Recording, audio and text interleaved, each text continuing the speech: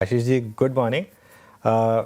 एक क्लियरली हमारी मार्केट में मैं एक डेटा पढ़ रहा था कि 700 दिन हो गए सेंसेक्स को ऑल टाइम हाई बनाए हुए। 700 दिन मतलब 2 साल के करीब हो गया है अब। लेकिन इंडिविजुअल स्टॉक्स में अच्छे मूव्स हैं, तो इंडेक्स शायद वो ना रिफ्लेक्ट कर रहा हो। क्या व्यू रहेगा आपका इस समय मार्केट को लेकर के? यही चलने वाला है कि इंडेक्स कहीं नहीं जाएगा लेकिन स्टॉक स्पेसिफिक मूव्स अच्छे रहेंगे? अनुज जी, ऐसा थोड़े समय के लिए तो ऑनेस्टली ऐसा लग रहा है हमको भी। और हम ज्यादा इसके बारे में चिंतित नहीं हो रहे और कंप्लेन भी नहीं कर रहे, क्योंकि अनुज जी क्या होता है कि अगर आप थोड़ा पीछे जाके 2023-24 देख लें, तो वो इनफैक्ट एक्टिव मैनेजर्स के लिए और हम जैसे एक balance portfolio, diversified portfolio, bottom up stock picking, जिस तरीके से हम इंडेक्स को बीट करने के लिए अपनी पोर्टफोलियो स्ट्रेटजी बनाते हैं, उसके लिए पिछला साल 2 साल एक्चुअली बेटर है। बजाय इसके कि भाई 2023-24 अगर आप देखें तो एक तरीके से मार्केट में इतना मोमेंटम था कि तब अगर आप देखते, तो अगर कमोडिटी, सिक्लिकल, पीएसयूज, पूरा small cap space, defence, ship building, तो मार्केट का कुछ हिस्सा चल रहा था और कुछ हिस्सा मार्केट का बिल्कुल ही नहीं चल रहा था। तो जब मार्केट में एक हाई बीटा रैली आती है, एक पोलराइज्ड मोमेंटम बन जाता है, वो in fact diversified portfolios, relative benchmark को बीट करने के लिए जो हम पोर्टफोलियोज बनाते हैं, उसके लिए 23-24 अलग चैलेंज था। अगर आप गौर से देखें तो 2024 से लेकर 2026 तक हम लोगों का एक्चुअली काफी सिग्निफिकेंट पॉजिटिव अल्फा बना है। जैसा आपने बताया कि भाई सेंसेक्स तो 700 दिनों से न्यू हाई नहीं बना पा रहा है, लेकिन अगर आप हमारे फंड्स देखें तो कई फंड्स का तो डबल डिजिट कंपाउंडेड रिटर्न है, कई फंड्स का high single digit compounded return है। तो बोलने वाली बात यह है कि पिछले 2 साल में जब इंडेक्स में कुछ नहीं हुआ है, स्टॉक पिकिंग के लिए, जैसा आपने खुद बताया, मैं वही चीज आंकड़ों के साथ बता रहा हूँ कि भाई स्टॉक पिकिंग के लिए बढ़िया समय रहा है।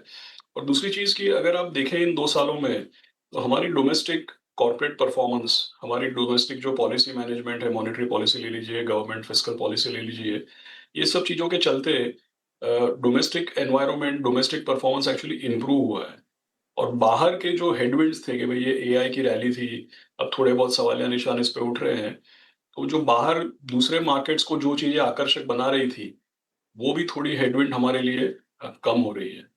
तो कुल मिला के मुझे ऐसा लगता है कि डोमेस्टिक सिचुएशन इंप्रूव हो रही है, बाहर की हेडविंड्स कम हो रही है। थोड़े समय ऐसी अनिश्चितता रह सकती है, बट अल्टीमेटली अगर यहाँ से हम 6-12 महीने या 1 साल भी देखें, तो ऐसा रहेगा नहीं मार्केट। मुझे ऐसा लगता है कि अच्छे रिटर्न्स बन सकते हैं आगे जाकर के। ओके। कौन कौन से थीम्स हैं जहां पर इस समय आप सबसे ज़्यादा पॉजिटिव हैं? अनुज जी, मैं ऑनेस्टली पिछले थोड़े समय में ये अल्फा भी इसीलिए बन रहा है क्योंकि मार्केट हेट्रोजीनियस हो चुका है। मार्केट में अगर आप देखें तो काफी मुश्किल है कि किसी एक थीम या किसी एक सेक्टर को पकड़ के चले। इनफैक्ट हमारा बढ़िया अल्फा इसीलिए बन रहा है क्योंकि मार्केट में कोई एक मोमेंटम या कोई एक थीम स्पेसिफिकली चल नहीं रही है। तो ये एक है, बट जरूर अगर आप यहाँ से आगे देखें तो हम एटलीस्ट म्यूचुअल फंड के जो निवेशक हैं, वित्तीय सलाहकारों से हमारी बात होती है, हम हमेशा उनको बोलते हैं कि भाई ये ऐसा माहौल है जिसमें एक broad based diversified multi cap portfolio करना बेटर है। लेकिन अगर फिर भी सेक्टर्स की अगर बात होती है, तो मुझे ऐसा लगता है कि जैसे पहले भी हमने डिस्कस किया है, हमारा जो फाइनेंशियल्स, कैपिटल मार्केट्स जो है, capital markets, asset management, wealth management, ये स्पेस जरूर देखने जैसा है। और पिछले 2 साल में जो चल रहा है उस ट्रेंड को अगर आप आगे देखें, तो जितना भी इंडस्ट्रियल्स, मैन्युफैक्चरिंग और न केवल बड़ी कंपनियां, स्मॉल कैप, माइक्रो कैप, पूरा जो एक ब्रॉड यूनिवर्स है, इसमें ज्यादा अपॉर्चुनिटीज हमारे टीम को देखने को मिल रही है।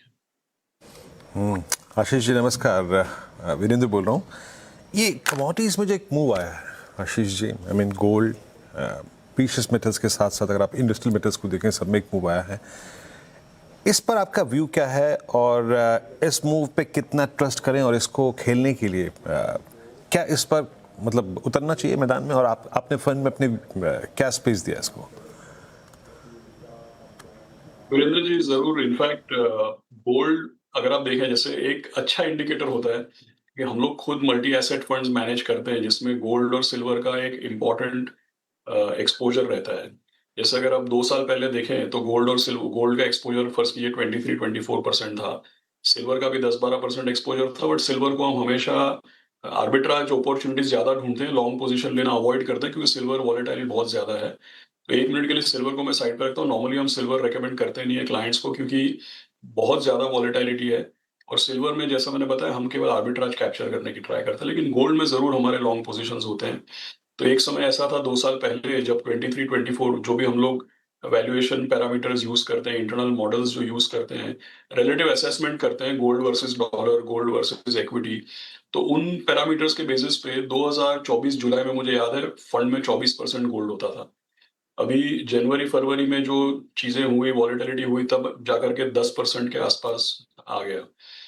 अब फिर से हम लोगों ने पिछले थोड़े समय में गोल्ड इंक्रीज होते हुए देखा है। तो शॉर्ट आंसर ये है कि गोल्ड जो है, जितने भी लोग इक्विटी के निवेशक हैं, लेकिन इक्विटी मार्केट की वॉलेटिलिटी उनको हज़म नहीं होती है या सही जैसे अभी मैं अनुज जी से बात कर रहा था, साल 2 साल रिटर्न नहीं बना तो वो परेशान हो जाते हैं।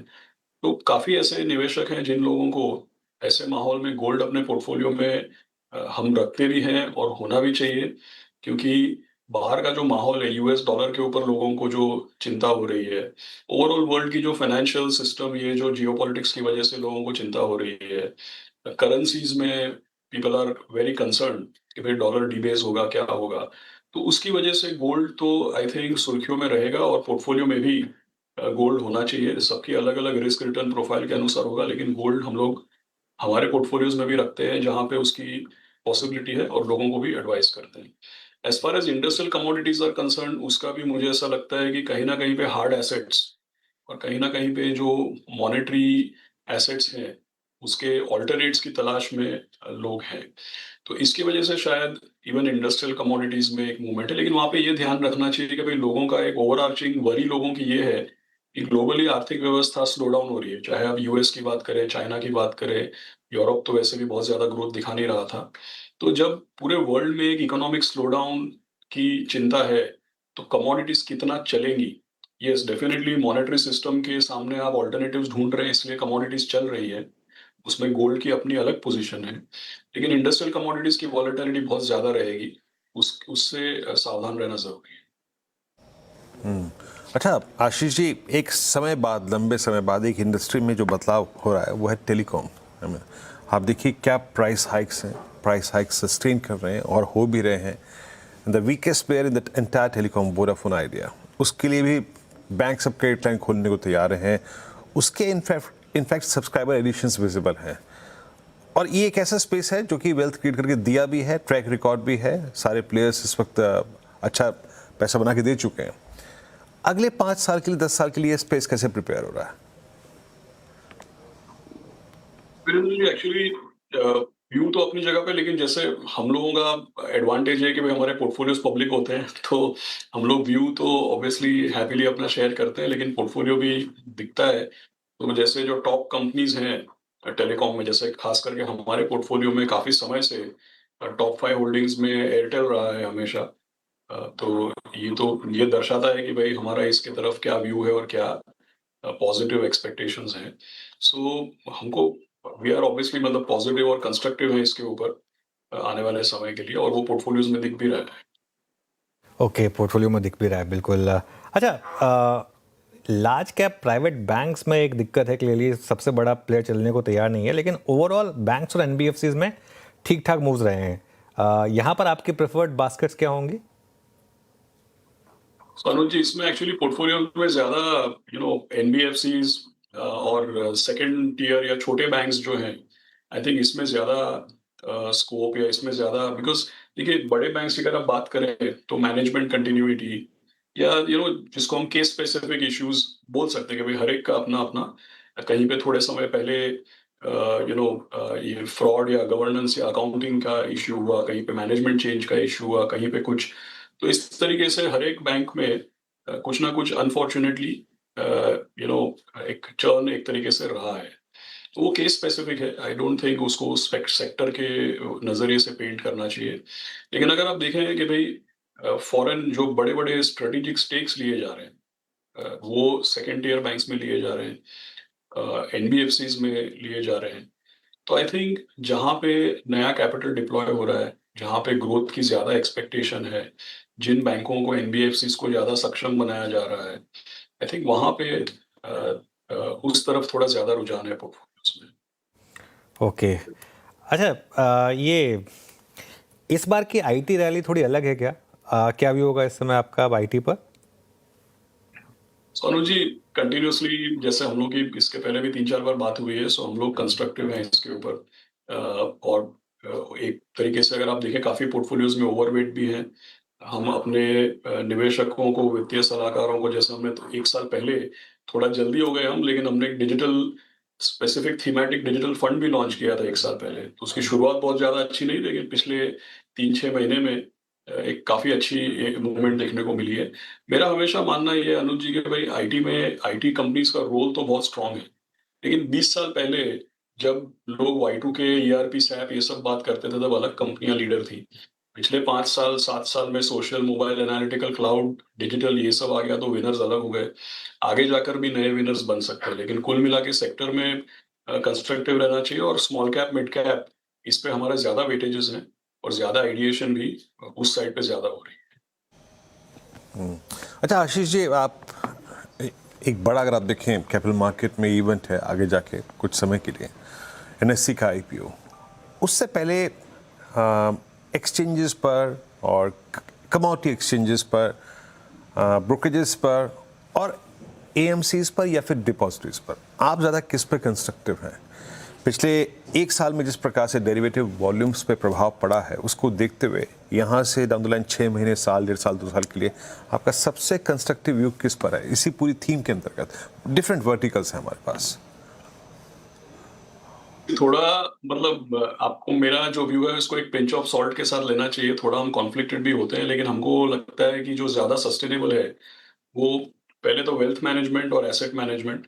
ये हमको लगता है कि, क्योंकि देखिए क्या है कि आप मार्केट्स को लेकर के कोई भी तरीके का सिनेरियो ले लें, अल्टीमेटली जो वेल्थ मैनेजर्स हैं, जो क्लाइंट की वेल्थ हैंडल करते हैं, और इंडिया में उसमें सबसे ज्यादा ग्रोथ दिख रहा है। तो वैसे तो मैं खुद एसेट मैनेजमेंट कंपनी चलाता हूँ, लेकिन फिर भी मुझे ऐसा लगता है कि वेल्थ मैनेजमेंट जो है, ये आई थिंक मेरे पर्सनली मुझे ऐसा लगता है टॉप प्रायोरिटी पे रहेगा। उसके बाद एसेट मैनेजमेंट रहेगा, और उसके बाद, क्योंकि ये जो वेल्थ मैनेजर और एसेट मैनेजमेंट है, इसके पास एसेट्स की कस्टडी है, और ये क्लाइंट्स को फी चार्ज करते हैं, और ये क्लाइंट्स का पैसा जिस तरफ चाहे उस तरफ, या जिस तरफ सूटेबल है क्लाइंट के लिए उस तरफ उसको डिप्लॉय करवा सकते हैं।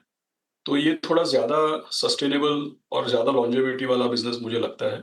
तो इसलिए मैंने बोला वेल्थ मैनेजमेंट, एसेट मैनेजमेंट, और इसके बाद जितने भी ट्रांजैक्शन ड्रिवन है, ये मेरे नज़रिए में इसके बाद आते हैं। तो इसीलिए उसके बाद ब्रोकिंग और ये सब आता है। आई थिंक जहाँ तक एक्सचेंजेस की बात है, तो इसमें तो ऑब्वियसली आप जानते हैं कि मोर और लेस हर जगह पे मोनोपोली, डुओपोली, इस तरीके की अरेंजमेंट है। तो मेरा pecking order wealth management, asset management, उसके बाद transaction driven businesses. And I think transaction driven businesses में definitely exchanges would be on top, क्योंकि बहुत ही स्ट्रॉन्ग पोजीशनिंग है जो भी एक्सचेंजेस है यहाँ पे। अच्छा, ऑन सीरियस नोट, वैसे हालांकि हम जब इस स्पेस के बारे में बात करते हैं तो हंसी मजाक शुरू हो जाता है, बट लिकर आई मीन मतलब बेस्ट वेल्थ क्रिएटर रहा है। अगर आप रेडिको को देखें, आप यूएसएल में भी मूव आया पिछले 1 साल में, अच्छा खासा मूव है। बाकी मिड कैप में आप तिलक नगर को देखिए। आपने किसी फंड में स्पेस दिया है इस स्पेस को? वीरेंद्र जी, कोई बहुत ज्यादा एक्सपोजर है नहीं एक्चुअली हमारे पोर्टफोलियोज में। अगर तो एक तरीके से आप बोल सकते हैं कि उस रैली में हमने कोई बहुत ज्यादा पार्टिसिपेट किया नहीं है, लेकिन जनरली स्पीकिंग अगर आप देखें तो ग्रोथ सेक्टर है अल्टीमेटली, क्योंकि क्या है कि इसकी खपत बढ़ने वाली है। डिस्क्रेशनरी कंजम्पशन का बहुत बड़ा हिस्सा है ये। तो इसमें मुझे कोई डाउट नहीं है, लेकिन हमारे पोर्टफोलियोज में इसका कोई बहुत ज्यादा रिप्रेजेंटेशन नहीं है। चलिए। कई बार ये भी होता है कि हमारे पोर्टफोलियोज में हम लोगों को एक तरीके से, कुछ पोर्टफोलियोज में ऐसा होता भी है कि भाई एक एथिकल या ईएसजी कंप्लायंट इन्वेस्टमेंट की भी जरूरत होती है। तो कभी कभी ये एक्सपोजर एनीवे अंडरवेट या नहीं के बराबर हो सकता है। ओके, चलिए आशीष जी, बहुत बहुत शुक्रिया आज हमारे साथ जुड़ने के लिए और अपना समय रखने के लिए।